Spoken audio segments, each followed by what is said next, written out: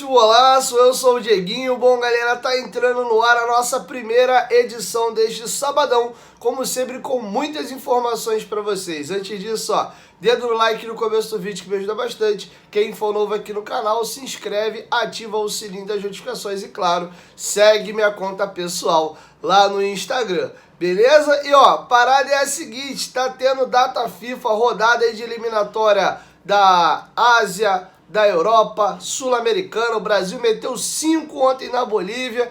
Quem apostou ontem no jogo do Brasil fez uma graninha e você pode continuar fazendo. Eu vou trazer para vocês aqui a nossa nova parceira, que é a PagBet. Com apenas R$1 você já consegue fazer apostas lá na PagBet. Acertou, tá pago, porque a nossa transferência lá é através de Pix, rapidinho, o dinheiro já cai na sua conta. Cadastro simples, desburocratizado. Teve um problema, quer ser atendido? Você também tem atendimento 24 horas humanizado e o mais importante, né, é que nós somos uma casa popular aí, brasileira, tá? E um detalhe muito legal, para quem gosta de apostas aí também tem o jogo do aviãozinho, o Aviator. Você pode também fazer aposta nesse tipo de modalidade. O link tá aqui, ó, na descrição do vídeo, no primeiro comentário fixado. Clica lá, se cadastre e comece a apostar. PagBet, parceira do canal Futebolaço. Bom, galera, dito isso, vamos agora trazer duas situações. Olha, o negócio estava dando muito certo pra gente, mas já começou algumas notícias meio estranhas de novo aí, que, meu Deus do céu. O Vasco teve 3 jogadores convocados para esse período agora de data FIFA. Marlon Gomes para a Seleção Brasileira Sub-23 e nós tivemos também jogadores que jogaram ontem, né, pela Seleção do Chile e do Uruguai. O Uruguai venceu o Chile por 3-1, Medel foi titular, o Puma Rodrigues ficou no banco de reservas. Sendo que o Marlon Gomes está voltando para casa. A Seleção Brasileira Sub-23 perdeu para Marrocos por 1-0 e o Marlon Gomes tomou ali uma cotovelada no nariz e fraturou o nariz e foi cortado da seleção. E agora há pouquinho, o Vasco, através da sua assessoria de imprensa, emitiu o seguinte comunicado. O Vasco da Gama informa que Marlon Gomes sofreu um trauma no osso nasal enquanto jogava com a Seleção Brasileira. O atleta está retornando ao Brasil e será reavaliado pelo DESP na segunda-feira, tá? Então vamos aguardar para saber a gravidade da situação. Ah, foi uma coisa leve, vai botar uma máscarazinha e dá para atuar contra o Fluminense? Ok, se bem que de qualquer forma ele vai estar com aquilo dolorido, pode estar com a máscara no rosto, não vai ser a mesma coisa. Mas pode ser que, dependendo da gravidade, se ele precisar passar por uma cirurgia, algo do tipo, ele vai nos desfalcar contra a equipe do Fluminense, tá bom? Então, uma péssima notícia pra gente aí, o Marlon Gomes, que vinha numa crescida de novo, ele estava muito bem quando o Ramon Dias é contratado, até de forma estranha, o Ramon Dias não o aproveita, e aí depois de um bom tempo o Marlon volta a atuar, o Marlon entra muito bem no jogo, por exemplo, ali contra o Botafogo, e agora, na partida contra o Bahia, ele foi decisivo, é ele que sofre o pênalti pro gol de empate do Vasco do Pablo Verratti, e agora o Marlon, de novo, tem esse problema. No início do ano, voando na seleção, acaba tendo uma contusão, chega ao Vasco contundido, o Vasco tem que esperar ele se recuperar, e aí acaba não atuando no mesmo nível. O Marlon teve uma temporada muito interrompida no Vasco por causa da seleção. A seleção esse ano está atrapalhando o Marlon Gomes no Vasco. Já é a segunda lesão no ano que ele tem, estando cedido aí à seleção brasileira. Uma foi no Mundial, né, que o Brasil acabou sendo eliminado, salvo engano, na fase de grupos ou nas oitavas de final para uma seleção menor, já não me lembro exatamente agora qual foi o país, e agora, foi até de virado o jogo, se eu não me engano foi para uma seleção até africana, e agora o jogador no amistoso da Seleção Brasileira Sub-23 fica fora também por uma contusão, beleza? Agora eu gostaria de trazer para vocês duas situações muito importantes. Primeiro, tem um jogador, cara, que vive um grande momento no Vasco, na verdade dois. Eu gostaria de trazer números para vocês. Primeiro, o Paulinho. Cara, eu vou trazer um número aqui que é de saltar os olhos. Vocês sabiam que o Paulinho é o 8º jogador considerado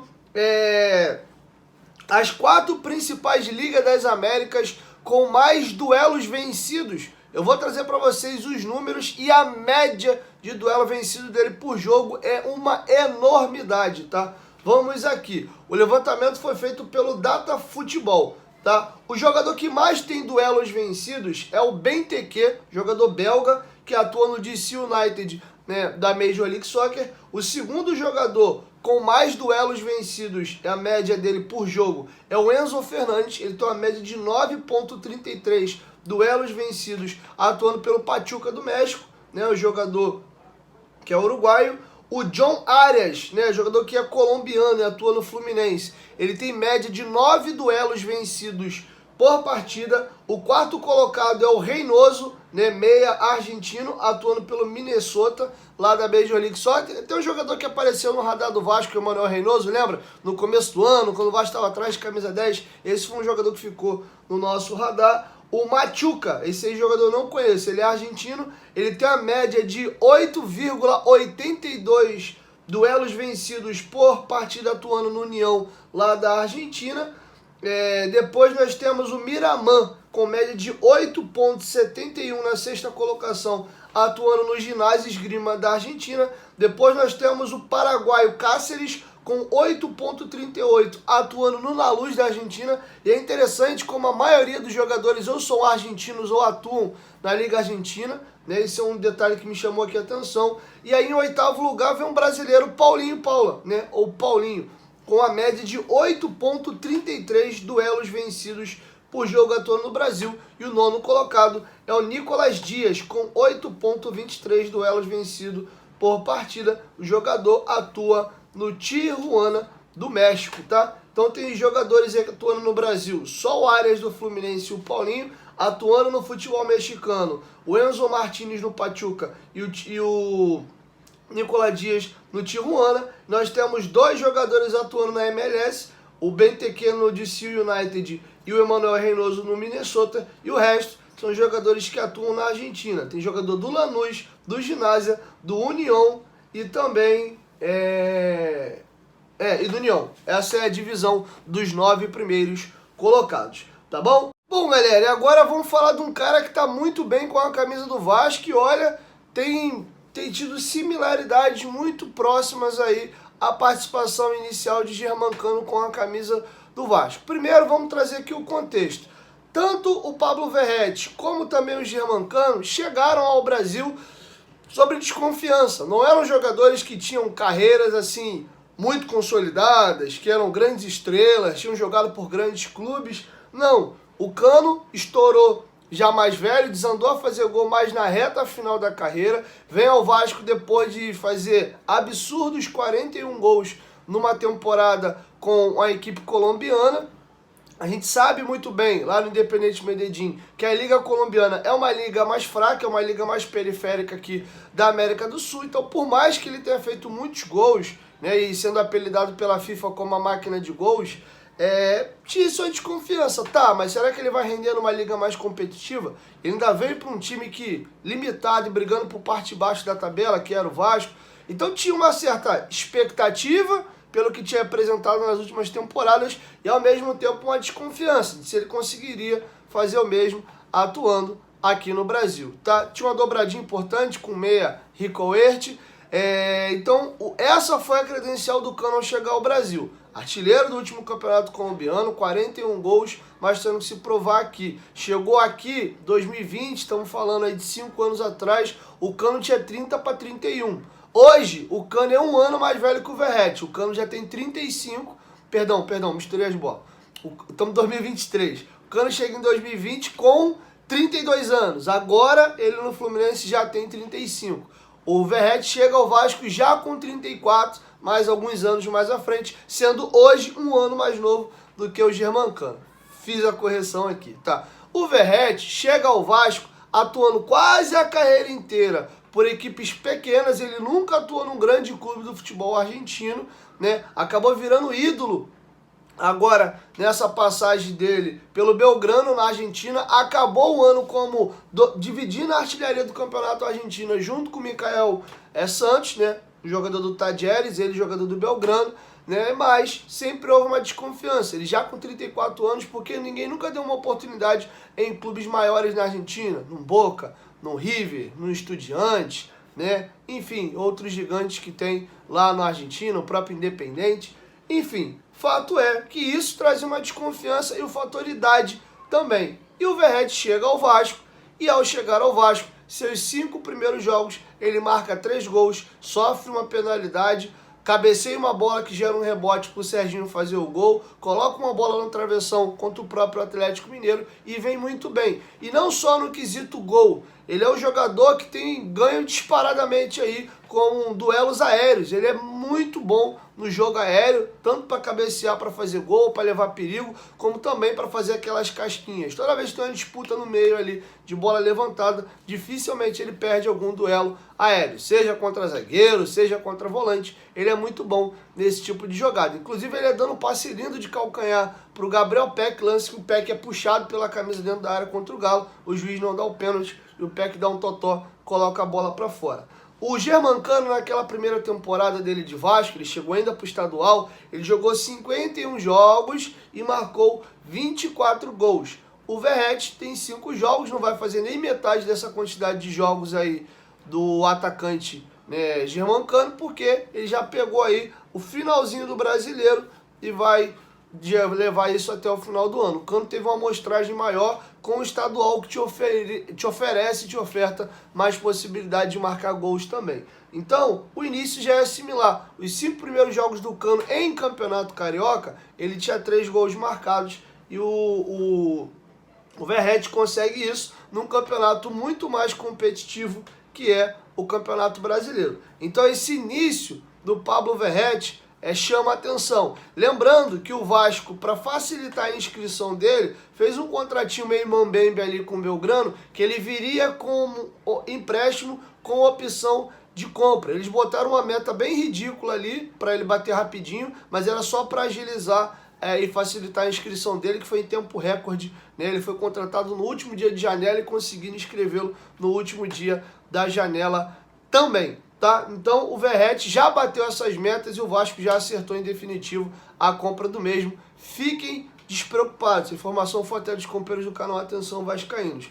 E além disso, o jogador já está adaptado ao Rio. Tá feliz. Primeiro ele chega sozinho. Algumas semanas depois a gente viu o vídeo que ele postou, todo feliz, com a esposa e o filho chegando ao Brasil, vindo até numa van, e agora a felicidade dele está toda completa, porque o cachorrinho do Germancano, ou perro, como é chamado cachorro, né, em espanhol, acabou de chegar também. Ele postou uma foto do cachorro dele dormindo em cima de uma poltrona e botou em espanhol ali, legou, né, um emojizinho com o coração nos olhos ali, de apaixonado. Então a família do nosso centroavante está toda completinha. Então acredito que isso traz estabilidade, traz aconchego, traz conforto de casa e com certeza isso é uma notícia boa pro Verratti e boa pra gente, porque se o nosso centroavante está feliz, está animado, facilita também, né, ele poder render mais com a camisa do Vasco. Então boa sorte ao Pablo Verratti. Parabéns a ele por esse início de jogo. Já dei a minha opinião e eu sei que a galera, quando ela tá muito empolgada com o jogador, ela não vê defeito de forma alguma, acha ele um cara importante, cara brigador, bom no jogo aéreo, finaliza bem. Se a bola chegar limpinha, dificilmente ele vai perder a oportunidade de marcar o gol, mas eu vejo limitações nele, tá? E é normal, não à toa, ele é o primeiro clube grande da carreira dele, é o Vasco. É normal, jogou muitos anos até na segunda divisão da Argentina, mas eu sou às vezes um pouco mais, não é chato, cara, porque eu vejo assim, eu não gosto de injustiça. Quando eu vejo a galera assim, metendo a pancada num cara que eu vejo que tem qualidade, me incomoda, porque eu falo, cara, calma, ele não tá bem, mas o cara não é essa porcaria toda. E quando é o contrário, da mesma forma, que eu tenho esse senso de justiça comigo, pô, o Verratti tá voando, amém, cara, tá muito bem. Mas eu vejo às vezes a galera falando como se ele fosse o Romário e o Edmundo. Não é. Ele tem dificuldade com a bola fora da área. Eu vejo às vezes ele se enrolando com a bola, ele tendo um pouquinho de dificuldade. Ele é muito bom em alguns fundamentos, né? Finalização, cabeceio, né? Fazer a parede. Mas ele é um cara pesado. Não adianta você jogar com um bloco baixo, o Vasco tomando a pressão danada, e aí daqui a pouco, pimba, o Verratti mete uma bola nele para ele arrancar a bola da cabeça aqui do círculo central e arrastar até dentro do gol. Ele não vai. Entendeu? Principalmente se ele tiver que botar na corrida com o zagueiro, ou tiver que pegar uma bola e de frente ele rabiscar 1, 2 e dar uma paulada de fora da área. Não, é o jogo dele. Agora, da intermediária para dentro, aquela bola enfiada nas costas da zaga para ele atacar o Facão e chegar finalizando, ele quase fez um gol assim contra o Grêmio, né? O goleiro do Grêmio fez um milagre, tirou a bola com a ponta do pé, ali seria já o segundo gol dele, né? Esse cruzamento na área, ele é muito bom para atacar o zagueiro, atacar a bola, né? A bola limpinha, escorada para ele dificilmente vai perder aquele gol, que é só dar aquela chapa. O gol que o Jair perdeu, por exemplo, dificilmente você vai ver o Verratti perdendo. É um bom atacante, tá? Sendo que ele também não é esse jogador extraordinário, como eu tô vendo algumas pessoas também falando. Os números são muito bons, estou muito feliz com ele, mas nem tão ao céu e nem tão ao inferno. Posso dar um exemplo para vocês entenderem o que eu estou querendo dizer? O Zé Gabriel. O Zé Gabriel é um jogador que eu cansei de falar isso aqui no canal. O Zé Gabriel não era tão ruim como muita gente dizia. Tanto é que tá aí, ó, o Ramon Dias recuperou ele, tá jogando bola pra caramba e hoje é titular do Vasco merecidamente e inquestionável, ao ponto da galera ficar agoniada que ele não pôde jogar contra o Bahia. E tivemos que mexer no time, improvisar o Medel de volante. Foi bom que a gente acabou dando mais moral e recuperando o Maicon, mas olha como as coisas mudam, porque eu via esse potencial no Zé Gabriel. O que eu sempre falei do Zé Gabriel? O Zé Gabriel tem excesso de confiança.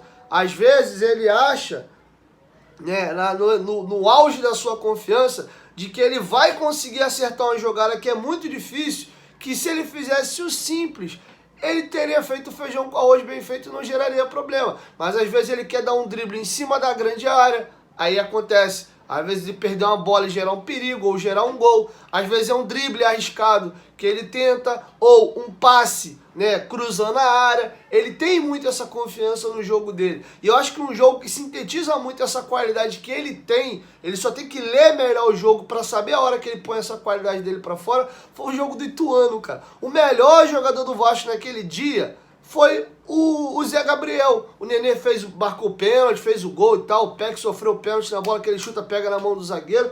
O Thiago Rodrigues, né? Não, o melhor foi o Thiago Rodrigues. O Zé Gabriel foi o segundo. O Thiago Rodrigues foi um monstro. Se não é ele defendendo, a gente não tava na primeira divisão hoje.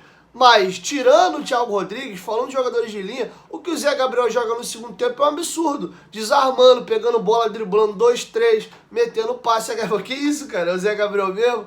Acho que não é não, ele tem alguém aí dentro da alma dele aí jogando por ele, tá possuído o moleque. Então assim, ele tem qualidade, mas o problema dele é essa leitura de jogo, é às vezes tentar fazer uma jogada muito arriscada no momento que ele pode fazer o simples e não se comprometer. Talvez o Ramon tenha visto o potencial nele, dado um puxão de orelha e ele tá mais ligado, e ele tem tomado menos decisões erradas. E quando ele toma menos decisões erradas, a qualidade dele aparece. Ele está muito bem fisicamente, ele divide, ele rouba a bola, ele tem um bom lançamento, ele tem um bom passe. Então ele facilita, faz o jogo sujo ali atrás e tem saído com a bola limpa de trás. Tem ajudado o time. Então é isso, tá? Tava muito mal o Zé Gabriel. E eu, cara, não é essa tragédia toda, não. Tem potencial ali, dá pra lapidar.